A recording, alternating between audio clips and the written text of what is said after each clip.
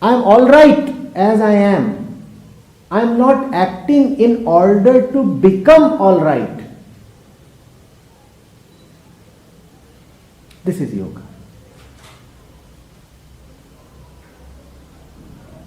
Too simple? Unbelievable?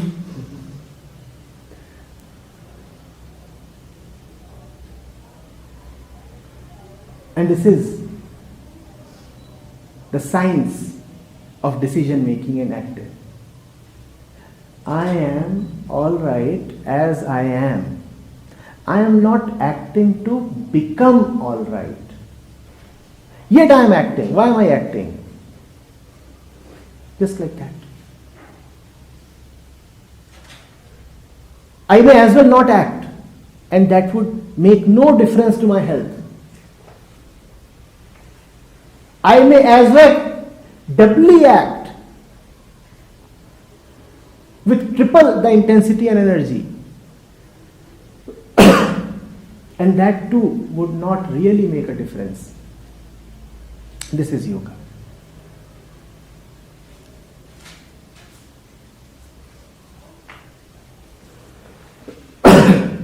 Now success and failure cannot really matter, because neither can they inflate you nor diminish you. Why won't they inflate us? Because I am already all right. Now what can the fruit of my action give me? I require no fruit. Wonderful word. I require no fruit. That doesn't mean that there would be no fruit. There would be fruit, of course. Each cause bears an effect. The tree would bear the fruit. But I require no fruit. If I get a fruit, wonderful. Nice fruit, nice taste. Little bitter, it's okay. I require no fruit. I am already all right, and this is yoga. Not to have a thought that you are diseased is health, and that is yoga. Yoga is not about feeling special. Yoga is not about being in a great state of consciousness. Yoga is about not having a lot of things that we usually have. What do we usually have? We usually have inferiority. We usually have lack of fulfillment. We usually have a lot of search and seeking. We usually have a lot of questions. Yoga is about not having these. I'm already all right. What would I do with achievement? I'm already all right. What would I do with medicines and methods? I'm already all right. What would I do with questions and their answers? That is yoga. Yoga is not a special feeling, mind you. Yoga is the absence of that which we usually keep feeling. Look at the common man on the road. Look at the streets of Rishikesh. Do you see people walking with no feeling whatsoever? No, people are walking. And they are walking with a lot of feeling. Yeah, the feeling might be divine. So-called divine. The feeling might be heavenly. The feeling might be different from the feeling that one usually has in a metro city, in a corporate city. It's a holy city, so here you have different feelings. Yoga is to be free of all feelings. Yoga is to not to be placing any demand on any kind of thought or feeling.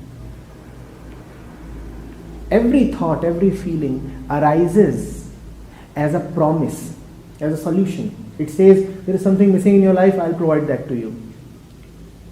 To be situated in yoga is to not to need any promises. I do not require your promise, because whatever you would promise, I already have that. What can you promise to me when I have the highest?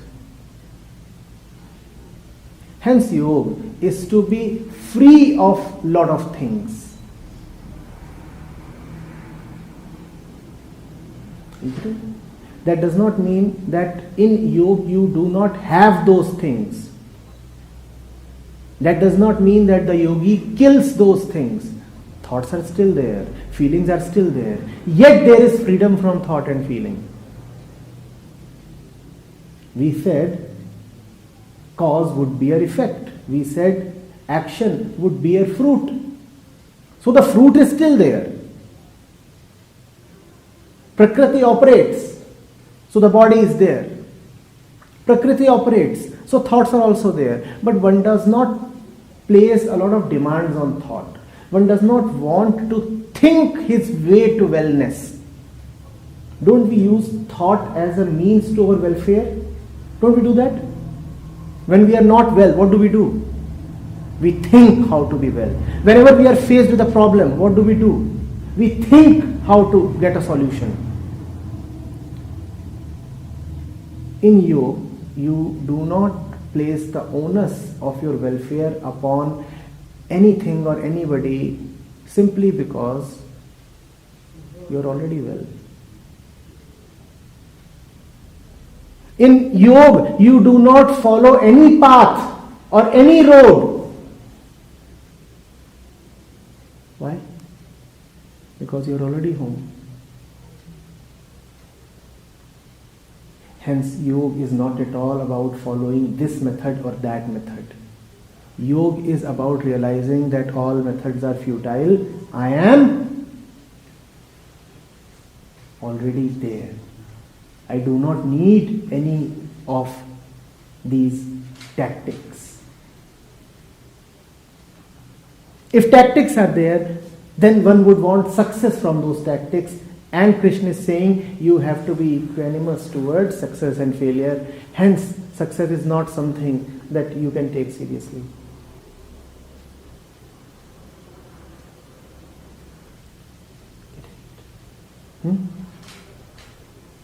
Action without attachment is yoga.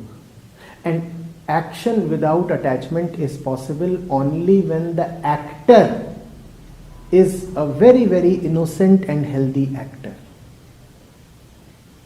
Then he acts just in fun, just for no reason.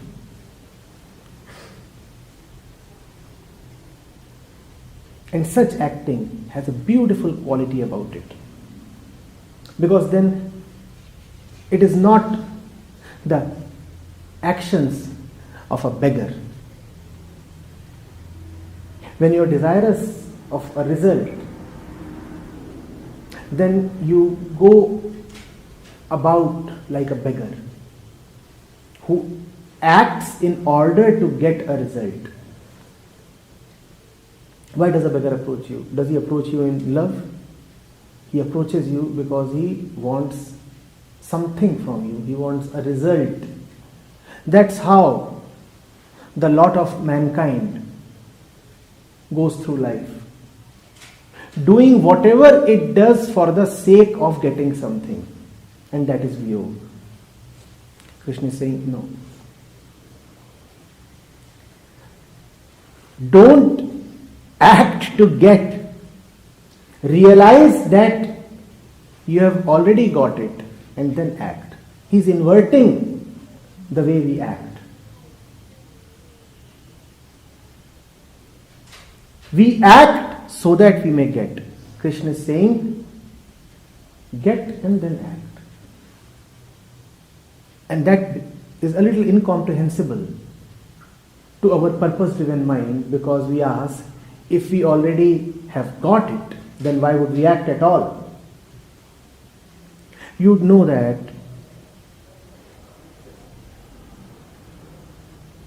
when you are free of the thought that you don't have it, then you will see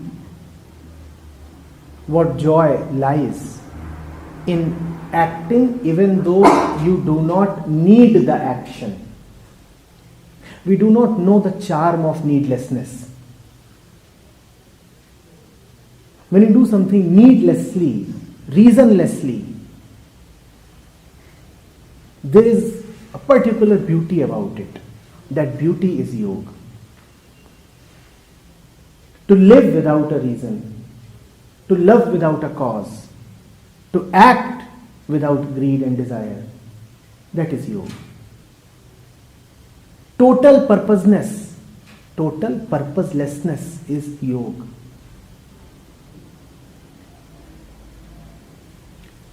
Yoga is freedom from all whys. Yoga is freedom from all questions. Yoga is freedom from all concepts and theories and sutras.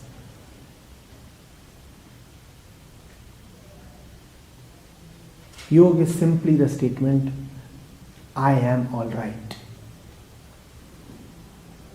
You need not say you are Brahman. You need not say you are God or the Son of God or the daughter of God. You need not say you are the Atman. You need not say that you are the Holy Truth. All you need to say is, I am not unwell. I am not unwell. I'm not even saying that you need to say that you are all right. Because all rightness would then again become a concept.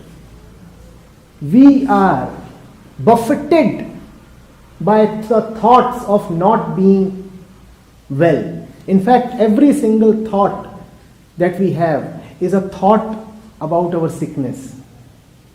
When everything is all right, do you think about it? When do you think about your thumb? When do you think about your tooth? When it hurts. Thought itself arises when there is a perception of something being problematic, of something being not all right. Getting it? So yoga then is simply freedom from thoughts of disease.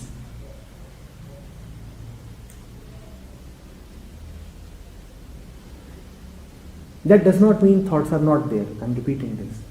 Thoughts will be there, yet you will be free of them. You are not laying importance upon them. Thoughts are doing what they must. And you are where you must be. You are following your own nature. Thoughts are following their own patterns. And you are not obliged to interfere in the patterns of thought or body. They are taking their own due course. You are letting them do what they want to do. This is yoga. Yoga means that you would not be unsettled by the fierce currents of body, mind, prakriti, even as they flow all around you. One of the most beautiful images of yoga is the statue of Shiva in the middle of the Ganga. Have you seen that statue at Haridwar? The Ganga is flowing all around Shiva and Shiva is still. That is yoga. The streams of Prakriti are flowing all around you, even over you. And yet they are not carrying you away. That is yoga. That is yoga. To be seated unflinchingly like Shiva is yoga. Yes? Which means that life goes on and does what it does. And you keep relaxing. You keep relaxing even as your body-mind apparatus keeps responding to life. That does not mean that you have become lazy. That does not mean that you have become incapable of right action. In fact, you are now capable of right and vigorous action. Yet you are relaxing. You are relaxing like Shiva. That is yoga. With Ganga all around you, you are relaxing like Shiva. That is yoga. And in your relaxation lies the potency for vigorous action. Right action. That is yoga. Yes? Yoga is giving up of all that which proves to you that you are little, inferior, handicapped, or small. To be in yoga is to be with Krishna. To be with Krishna is to be only with Krishna and not with that which is sick, ugly, limited, and an agent of grief.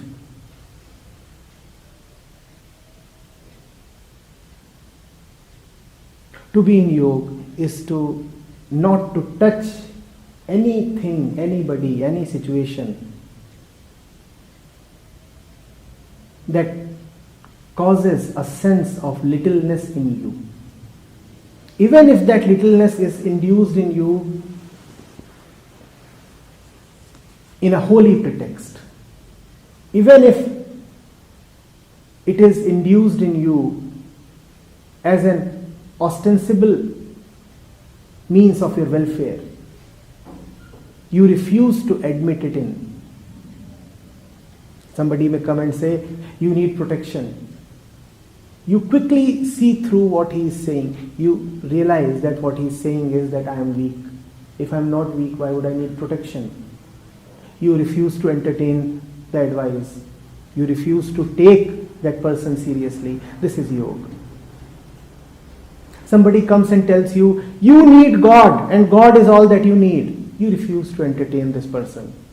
Because if he is saying that you need God, then surely he means that you do not have God. He is proving that you are godless. You refuse that person. Somebody comes and says, you need a lot of self-inquiry. You immediately refuse this person. Because if you need to look, see and discover, then surely first of all you must believe that you do not know, that you are ignorant, which you are not. To be in yoga is to refuse everything that keeps you little and limited.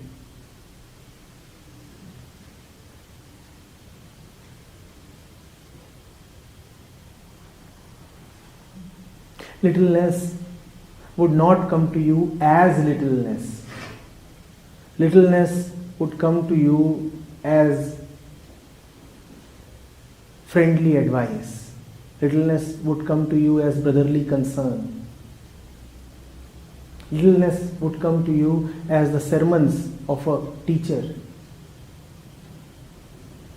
Littleness would come to you as a promise of security. Had littleness been honest enough to admit its real name, you could have easily refused it. But littleness rarely admits its real name. Littleness comes wearing the mask of things that appear nice and sweet and promising. Be very cautious of all this stuff that is always ready to enter your mind. Anything that promises to make you better is an allegation upon you. Why is it an allegation? It is an allegation that you are currently not all right.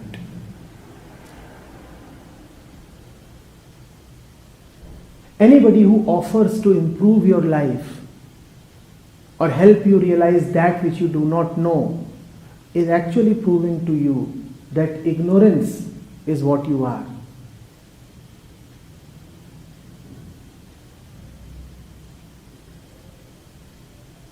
The advertiser who is telling you that the next home or the next position or the next car will add something to your life is actually causing viyog in you. Because he is proving to you that unless you have that house or that car, there is something missing in life. And you buy that in. Why do you buy that in? Arjun too must have bought a lot of those things.